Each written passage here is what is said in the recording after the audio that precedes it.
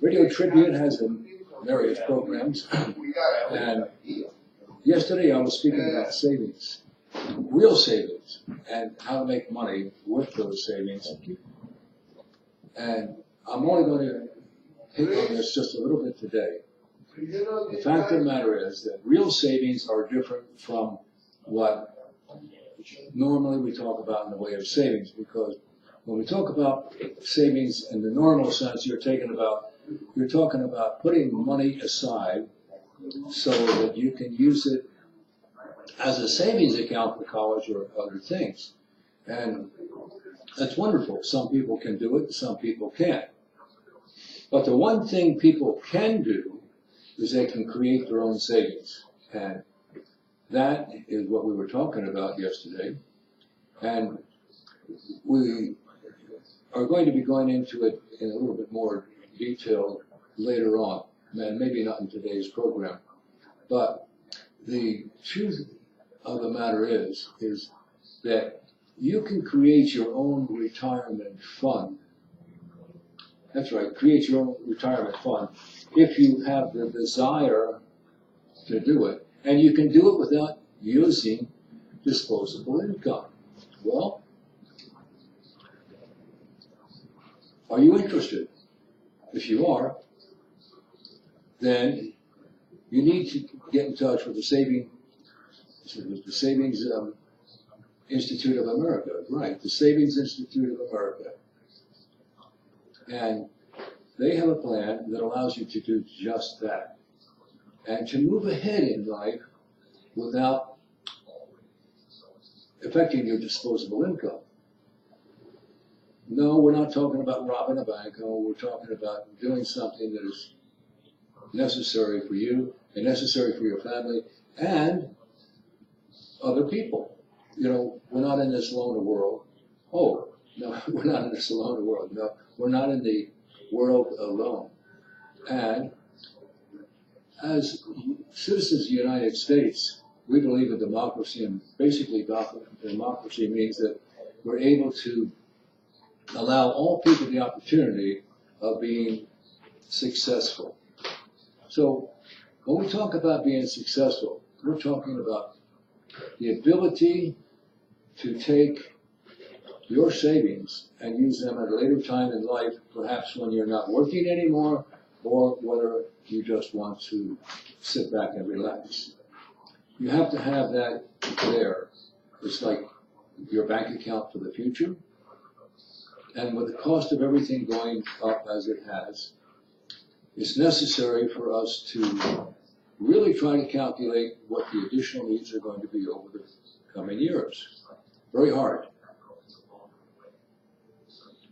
You know, we used to be able to buy things so cheap, it was, well, it wasn't ridiculous at the time, but when we look back at it and say, look at the prices compared to today, you know, I can remember as a child, okay, yeah, I'm an old guy, getting a haircut for like 39 or 59 cents, something like that. And today, you're talking, depending on where you go, of course, a minimum of $7, $8, more likely $14 or $15 for a haircut. Recognize that things go up in cost, not necessarily value. We were getting a haircut back then, and they did a good job. I still get a good job, but I have to pay a hell of a lot more. So in order to be able to meet today's needs, I have to be able to plan for tomorrow to meet those. And again, if you are interested in doing something for your future, you need to think about ways to save money and not take it from your disposable income. So right now I'm going to not go any further today because there's other things that I need to talk about. One of the things that I want to talk about is the process for vetting the Supreme Court justices. And I was watching them along with millions of other people today. And what we find is that the Democrats are not looking for gold. They're looking for dirt. Well, dirt doesn't pay anything. Gold does. It's prosperity. And so if we're to look to the future, we need to think about just that. Not digging up dirt that's irrelevant. I mean, most people have a skeleton in the closet someplace. I'm sure you can find something about anybody. Sometimes we find out way too late. But the vetting process, for the most part, is fairly standard, and it talks about your historical information, your arrest, divorces, financial situation, and those kinds of things. And that's good. But when you go beyond that, when you ask somebody to talk about, an email that he sent in 2004, or 4 years ago, even 4 years ago, and I don't know about the rest of you, but I send lots of emails out. I don't remember what I said. Well, I might, if you let me see it, and say, oh yeah, well I did that, and that was my opinion at the time. But for us to hammer somebody because of an email that he doesn't recall is totally ridiculous. It's absurd. And again, are we a nation that works together or apart? We had that in the Civil War. We had the North against the South. And no matter what side you were on, somebody was going to lose. And it took 1 million lives to straighten it out to at least where we're at today. However, this next conflict, Civil War number 2, is going to be even more devastating. Yes, they're operating on the fringe of martial law. That's my opinion. The fringe of martial law, which basically says, we don't like what you're doing, you don't like what we're doing, and so we're going to clash. And the Constitution is here to protect us all. Problem is that there's going to be a right and a wrong. And there's going to be a lot of confusion and maybe even bloodshed to bring these matters to bear. How long are we going to continue to hammer the Trump administration over petty incidents? Now you might say, well, that's not a petty incident. Oh, yes, it is. We need to have another member on the Supreme Court. Here's a man who's been through all the degrees, who's been vetted many times before, and they're still hammering, rather than trying to work out the difficulties that might be there. You might say, well, that's just one situation. Well, that's just one situation, but we have many situations. For another example would be immigration. And you can say, well, okay, I'm for immigration and comprehensive immigration reform. I'm not for that. I feel that they are exploiting what real rightfully belongs to the American citizens, and that we have to stop it. Where can you go into another country and take jobs from other people? I don't care if it's even in Mexico. You go to Mexico and take a job of a Mexican down there, they're going to rant and rave and almost prohibit you from doing it. You can't own property in Mexico. There's a lot of things that you can't do in Mexico that they assume they have the right to here in the United States. They only have the right if they deserve it, if they come in here legally. If they come in here legally, I have no problem with that. But 20 million illegals in this country who are draining the resources of the nation, come on, where does it stop? Because you see, it's not just those 20 million. Even if we close the borders, those people that are already here will obviously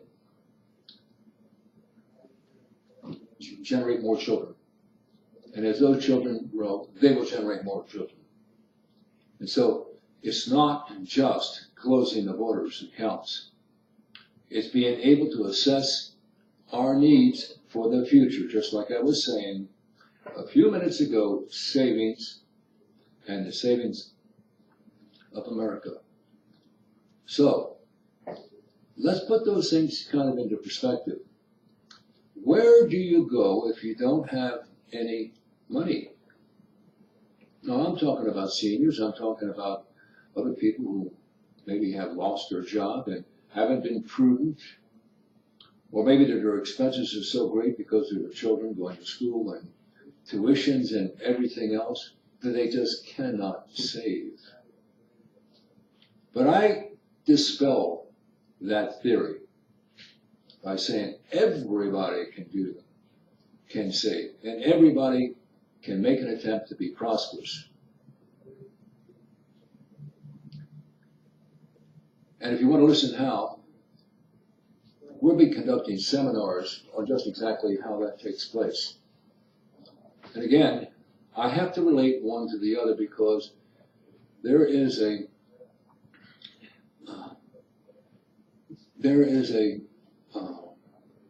sweeping effect on everything that we do. I probably used the wrong term. I would like it more towards, well, I can't think of the term right now, so I'm going to add some of that. Bottom line is that once we allow something to occur, and it begins to mushroom and blow it out of proportion, something has to give. Whether it's our natural resources, whether that's water, gasoline, electricity, food, all of these things. We have a finite world. It can only produce so much at any given time. If there's a drought, tornado, you call a hurricane, those things go away from what we have established, and they have to be replaced, or they need to be replaced, or we have to discontinue the use of those parcels of land in that particular area. At any rate, how much gasoline can you put in your car? 20 gallons, 25? Well, when you reach capacity, you can't put any more in. Now, what if you can't replace that gasoline anymore? Your car comes to a stop. It comes to a stop. You can't go forward anymore, or reverse for that matter. So I know it's hard in this country to presume that anything like that could ever take place, but it can. And if things don't straighten out, it will. So all we're asking the Democrats and even the Republicans is to come together in a unified plan that's going to work for everybody. And we can't be doing petty things. Call from Ed Walker.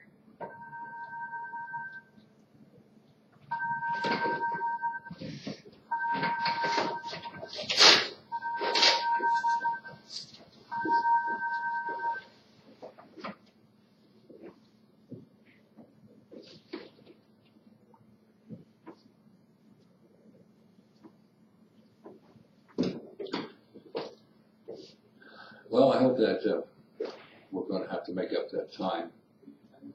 People should know better than to try to call me while I'm on the radio. They don't. So getting back to what I was talking about is that we have the opportunities in the United States of working united, because united, we win, divided, we fall.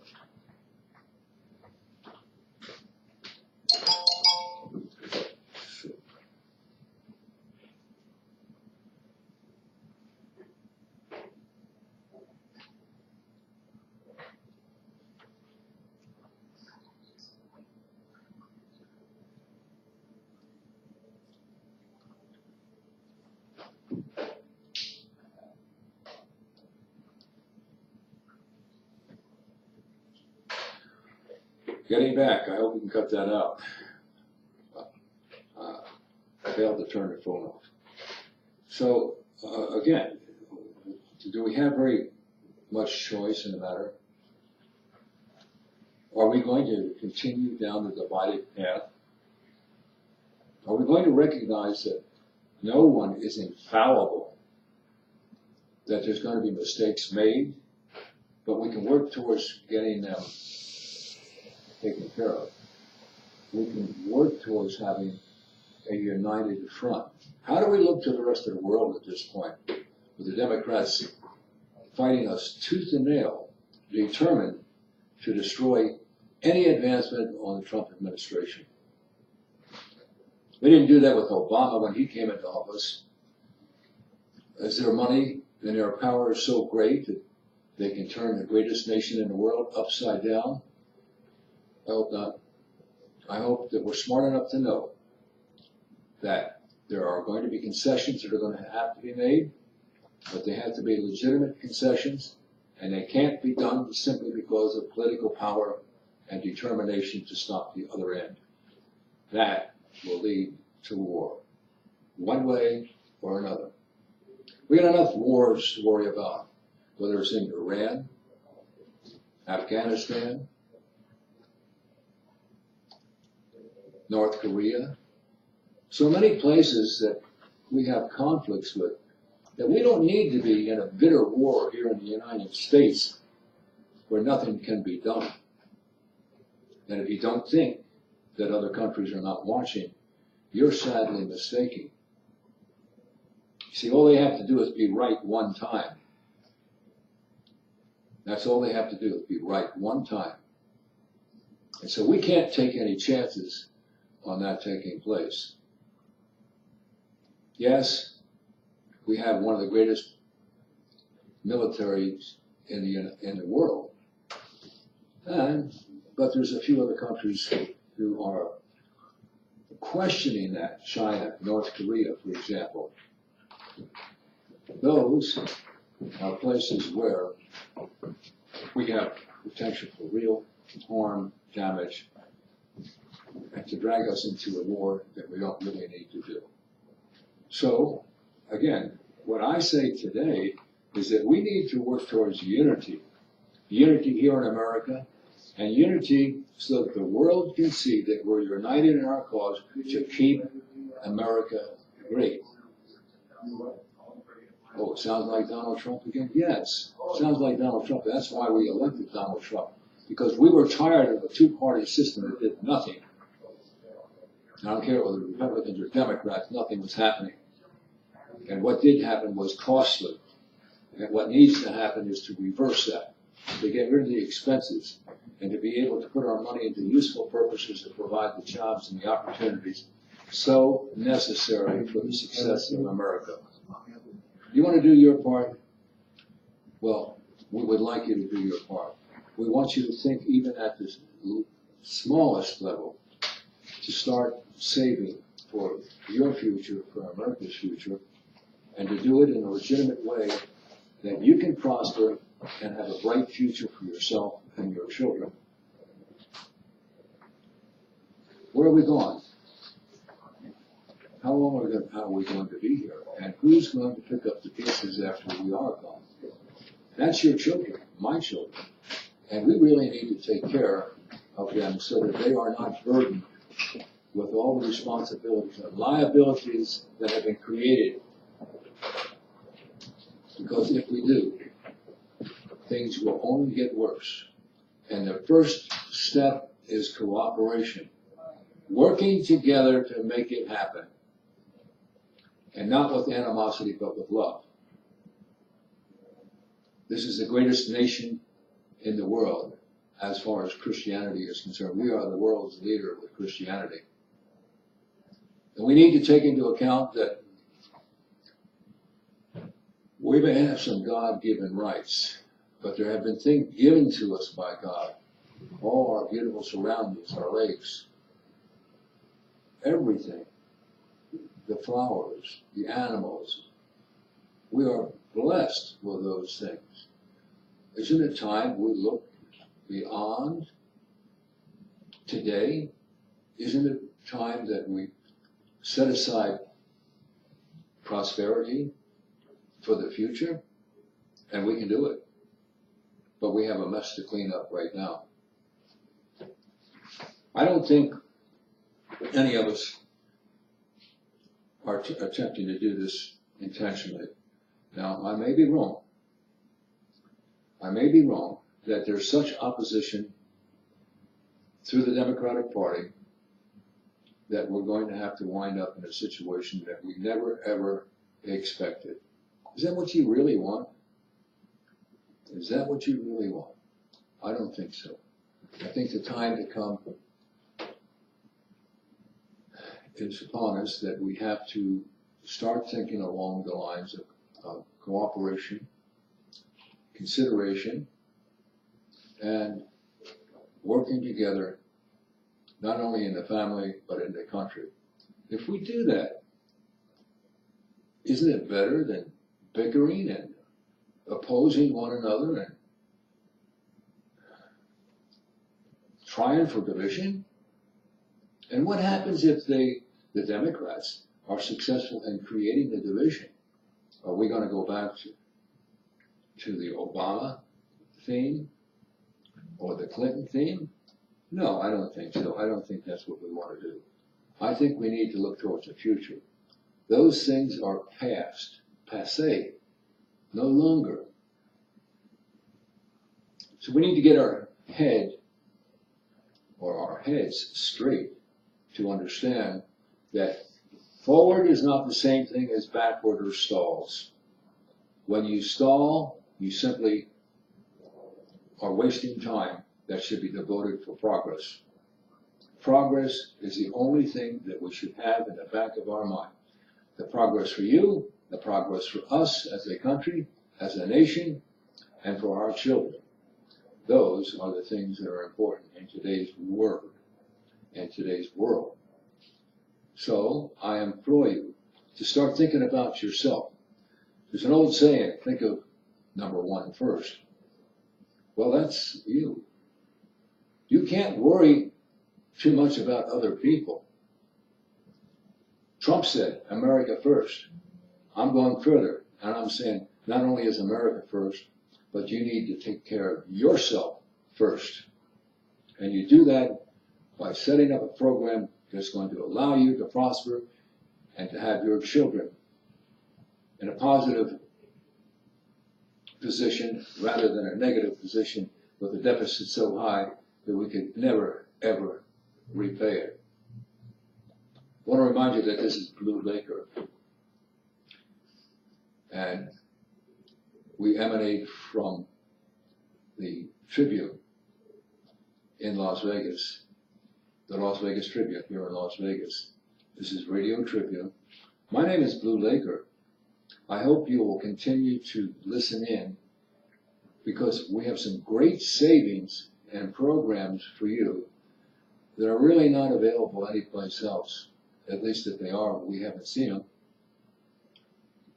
But we're willing to offer them to you if you are willing to cooperate to make yourself a future, to make a future for your children and a greater future for America. And let's make America strong again.